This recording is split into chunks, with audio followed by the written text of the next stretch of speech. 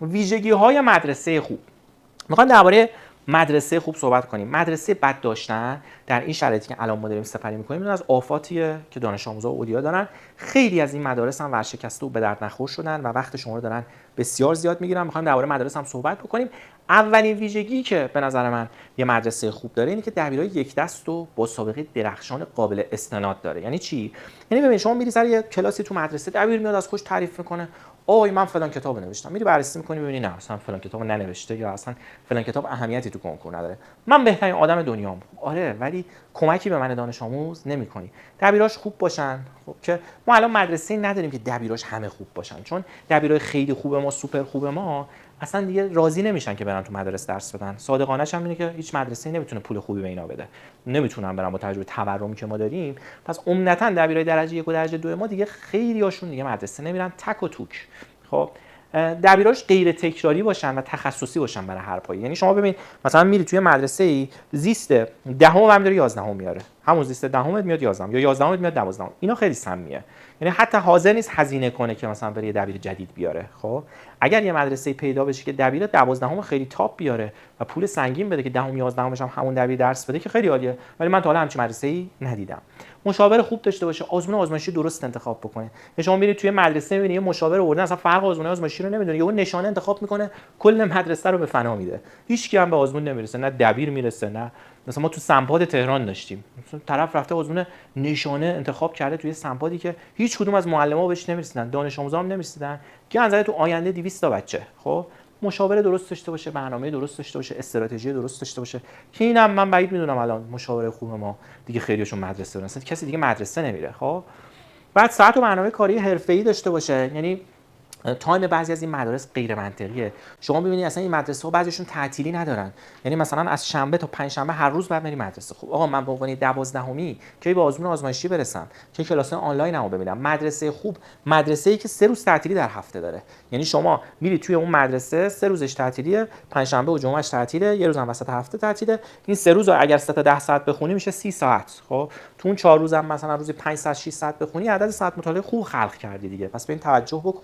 هماهنگی بین کادر و دبیران، یه مشاور با مثلا دبیر هماهنگ باشه، مدرسه پدر مادر داشته باشه به اصطلاح، که بازم میگم الان ما این شرایط رو نداریم. شهریه‌اش مناسب باشه که با توجه به این تورم مثلا شهریه مناسب دیگه جوکه که اینجا نوشتم، ترجیحاً نزدیک به منزل باشه و انعطاف برای حضور و غیاب. یعنی مثلا اگر شما نخواستی فلان کلاس رو شرکت بکنید دیگه گیر ندن هر روز زنگ بزنن بخوان اذیتت کنن. بعضی از این مدارس اذیت میکنن بچه‌ها رو. خب این کیفیت خدمات پایینه، دانش آموز خودش هم که میخواد فلان کلاس نره، مثلا کلاس آنلاین بیرون ببینه، اینا نمیذارن. آی کجایی، اگر نیای ما اخراجت میکنیم. از این مدارس فاصله بگیرید. خب حالا نکته بعدی چیه؟ 99% از مدارس غیر انتفاعی ما بچه‌ها ورشکستن، چون اینا یه ملکی دارن، اجاره اون ملک ارزش ذاتی و واقعی اون ملک خیلی بالاست. بعد اینا هم نمیتونن شهریه‌های خیلی بالا از شما به واسطه تورم بگیرن. یعنی همین امروز مثلا طرف بیاد بگه 80 میلیون از شهریه میگیرم، هزینه‌هاش تا آخر سال از اون 80 میلیون خیلی بیشتر میشه با توجه به تورم قیمت دلار. خب بنابراین مجبور چیکار کنه؟ آب ببنده. شما می‌بینی یه رستورانو چجوری یه رستوران شکست می‌خوره، قیمت اجناس میره بالا، هی مجبور این پیتزا رو کوچولوتر بکنه. به جای گوشت مثلا اولش گوسفندی، بعد گوساله میریزه، بعد از گوساله نمیدونم گوشت درجه 3 گوساله میریزه، بعد از این مدتی ممکنه گوشت الاغ بریزه. خب اونجوری میان تختش میکنن، کیفیتش میاد پایین، جمع میکنه. مدارس ما همین شکلی شدن. پس مدارس ما الان من توی تهران واقعا که فکر میکنم ما مدرسه خوب نداریم. یعنی امسال من بعید میدونم یه مدرسه کیفیت داشته باشه. شاید مثلا دخترونه یکی دو تا، پسرونه اصلا داریم.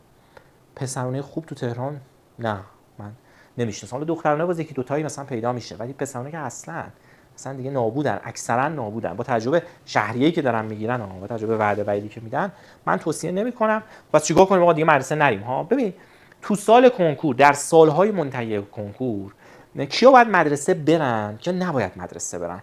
یه راهنمای جامع براتون آوردم که بتونید استفاده بکنید. ببین اگر خودکار نیستی، یعنی آدمی هستی که تو خونه بمونی درس نمیخونی، منظم نیستی، یعنی صبح دیر بلند میشی، آدم شلخته‌ای هستی، حالا چه از نظر شخصی، چه از نظر درسی، چه از نظر لایف استایلی، خب از نظر احساسی به دوستات، به فضای مدرسه و بیرون از خونه وابسته هستی، بهتره که مدرسه بری. خب اگر مدرسه بری برات بهتره. ولی اگر آدمی هستی که خودکار و منظمی، یعنی صبح به موقع از خواب بلند میشی، منظمی، لایف استایلت از نظر درسی، از نظر شخصی و کلاس‌ها، آزمونت، کتابات، اینا رو درست انتخاب کردی، حتی این مشاور خیلی خوب داری و اگر یه برنامه‌ریزی درست داری میتونی مدرسه نری. به شرطی میتونی مدرسه نری که واقعا بدونی داری چی کار میکنی. خیلیا مدرسه نمیرن، غیر حضوری هم میکنن، بعد تو خونن معلوم نیست دارن چی کار میکنن، درس هم نمیخونن، نشستن دارن وقت خودشون رو تلف میکنن. پس این یه راهنمای جامعه است. حالا نکته که اینجا وجود داره اینه که اگر مدرسه بریم و از کلاس‌های خوب بیرون همزمان استفاده کنیم چه مشکلی پیش میاد؟ ببین مهمترین چیزی که اینجا مطرحه اینه که ظرف زمانی شما بزرگ باشه. خب یعنی چی؟ ببین فرض بکن که من هر روز میرم مدرسه و هزینه مدرسه رفتن من با اتوبوس و در حالتی که هیچی تو راه نمیخورم، تو مدرسه نمیخورم 20000 تومانه به فرض. خب من میگم آقا من روزی 20000 تومان خرجم که برم مدرسه، هیچی هم نمیخورم، گشته میرم گشته میام. خب حالا شما میری بررسی میکنی، میبینی هزینه مثلا اتوبوس و اینا زیاد شده، هزینه من به جای 20000 تومان دیگه شده 30000 تومان. یعنی من قبلا مثلا به ازای 30 روز به فرض 600000 تومان داشتم پول تو جیبی میگرفتم، الان دیگه میبینم این 600000 تومان هیچ کمکی به من نمیکنه، من نمیتونم حتی برم مدرسه بیام. الان باید چیکار بکنم؟ الان راهی که دارم چیه تا بتونم این اختلاف تقریبا مثلا 300000 تومان تو ماه جبران بکنم؟ خب یعنی قبلا خرج مدرسه رفتن من خشک و خالی 600000 تومان تو ماه بود، الان شده 900000 تومان. الان راهکار من چیه؟ یه دونه از اولین راهکار من اینه که برم دزدی کنم. چون راه دیگه ای ندارم دیگه. یا نه، راه منطقیش اینه که برم از پدرم پول تو جیبه بیشتری بگیرم. خب شما وقتی که ظرف یعنی جیبت کوچیکه نمیتونی کاراتو انجام بدی، کارت میمونه، نمیتونی بری مدرسه دیگه، بعد بالاخره اتوبوس سوارشی بری دیگه، تو هم نمیتونی. پس اولین کار اینه که برم به پدرم بگم آقا مثلا اینقدر به من بیشتر بده که من بتونم برم بیام. خب بعضی از شماها انقدر ظرف زمانیتون کوچیکه که دیگه نمیتونید خیلی از کارا رو انجام بدید. یعنی طرف میره مدرسه تا ساعت 4 بعد از ظهر مثلا مدرسه، 3 بعد از ظهر تعطیل میشه تا برسه خونه میشه 4، بعد رفته 2 تا کلاس آنلاین هم نوشته. خب مثلا 3 روز در هفته 4 روز در هفته کلاس آنلاین ها رو داره. بعد وقتی رو کاغذ حساب میکنیم میبینیم کلا تایمی که طرف برای مطالعه در هفته داره مثلا 35 ساعته، 40 ساعته. شما وقتی که 40 ساعت داری میخونی میخوای پزشکی قبول شی، خب اگر این شکلیه که با 40 ساعت بشه پزشکی قبول شد که الان نصف جامعه ما پزشک بودن. خب یعنی 80% جامعه پزشک بودن، الان نصف جامعه مهندسن، اونجوری پزشک میشدن. نمیشه. خب نکته ای که شما باید بهش توجه بکنی که ظرف زمانی خودتو بزرگ کنی.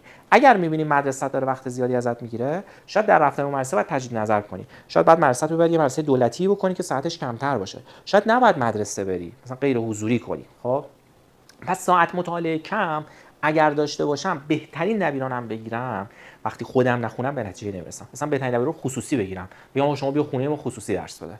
خب آقا وقتی که من خودم نمیخونم که فایده ای نداره. ببین وقتی که من مدرسه و کلاس آنلاین موازی به صورت شدید دارم، یعنی صبح میرم مدرسه تا ظهر، بعدش هم 4 تا کلاس آنلاین دارم، شما 2 تا مدرسه داری. خب بعضی از اولیا فکر می‌کنن ما بریم فقط اینا رو بنویسیم تو اون کلاس‌ها کافیه. نه آقا خودش هم باید بخونه دیگه، خودش هم باید تست بزنه. اگر مدرسه رو بریم ولی کم بریم چی، یا کلا بپیچونیم، میشه این کارم کرد، ولی مدارس با شما راه نمیان. یعنی اولش طرف میگه باشه حالا تو فلان تایم ما نیا، بعداً میبینه همه نمیان تو مدرسه، زنگ میزنه میگه اگه نیا اخراجت میکنن. خب مدرسه با اون همکاری میکنه واسه خودمون عمدتاً نه. یعنی شما باید بری یه مدرسه غیر انتفاعی پیدا کنی، یه هزینه‌ای بهشون بدی و بگی آقا من نمیام، اسم منو رد کنین. این اسمش غیر حضوری کردنه که تو مدرسه دولتی عمدتاً انجام نمیشه چون مدیرا قبول نمیکنن. ولی مدرسه غیر انتفاعی عمدتاً قبول میکنن و میتونی این کارم بکنی. ولی خب اون شرطا رو داره دیگه که توضیح دادم. شما باید یه آدمی باشی که خودت هم خودکار باشی، نه که مثلا نری مدرسه بعد بشینی خونه فیفا بازی کنی یا مثلا تو تیک تاک بچرخی. به اینم باید توجه کنی. اگر مدرسه نرفتم و غیر حضوری کردم، بعد چه مثلا فاکتورایی رو در نظر بگیرم، چه کارهایی باید انجام بدم. بعد آزمایشی مناسب، کلاس خوب و مشاور خیلی خوب داشته باشم. یعنی همینجوری خشک و خالی خونه نمونم، چون اگر مثلا برنامه درستی نداشته باشم میمونم خونه درسم نمیخونم. برنامه هفتگی و نقشه‌های درست نیازه. شما باید بدونی آقا آخر تابستون میخوای کجا باشی، آخر آذر میخوای کجا باشی، در عید بعد کجا باشی. بهتره یه کلاس حضوری بری. مثلا اگر شما غیر حضوری کردی و مدرسه دیگه نمیری به خاطر اینکه تو جو باشی و رفت و آمد کنی و از خونه خارج شی و 4 تا آدم شبیه خودتو ببینی، بهتره یه دونه کلاس حضوری هم بری. حالا اونم باز با نظر مثلا مشاور میتونی انتخاب کنی. بهتره یه برنامه ورزشی درست هم داشته باشی که بالاخره خونه موندن خیلی آزارت نده. عزم و اراده جدی نیاز داره و یه روتین سازی درست نیاز داریم. باید روتین داشته باشی. یعنی اینجوری نباشه که نری مدرسه بعد بگیری صبح تا 10 صبح بخوابی، شبم تا 3 بعد شب بیدار باشی. یعنی شما باید روتین داشته باشی. باید شب زود بخوابی، صبح زود بلند شی و یه نفر باید روی این موضوع نظارت بکنه. خیلی نکته مهمیه. نکته بعدی چیه؟ چجوری مدرسه نرم؟ یه مدرسه غیر انتفاعی پیدا می‌کنی، باید با مدیرش سازش بکنی و حالا ما خودمونم تو مجموعه این کارو انجام میدیم. من کسی دوست داشت به شرط اینکه من خودم تایید کنم طرفو. یعنی من اگر طرفو تایید نکنم مثلا غیر حضوری هم نمی‌کنیم. خب و صحبت کردن با مدرسه خودت 99% مواقع جواب نمیده، چون اولش میگن باشه چون میخوان شهریه ازت بگیرن دیگه، بعدش میزنن زیرش میگن نه باید بیای. چون بعد از یه مدت دیگه هیچکی مدرسه نمیره. پس تو مدرسه خودتون نرین، اصلا صحبت هم نکنین، چون جواب نمیده، باهاتون همکاری نمیکنن. اولش میگن آقا نیا، بعدش به محض اینکه کوچکترین اتفاق بیفته یا مثلا ممکن یهو وسط سال خفتت کنن بگن آقا بیا فلان آزمون تشریح بده، به محض اینکه یه ذره برنامه جابجا بشه و نرسیده باشی به اون آزمون گیر میدن، میگن نه حالا که تو مثلا نخوندی این آزمون خوب ندی دیگه باید بیای، در حالی که تو اصلا شاید برنامه خوندن واسه این آزمون نداشته باشی. بنابراین ما هم میتونیم توی بحث پیدا کردن مدرسه غیر حضوری حالا بهتون کمک کنیم اگه کسی دوست داشت.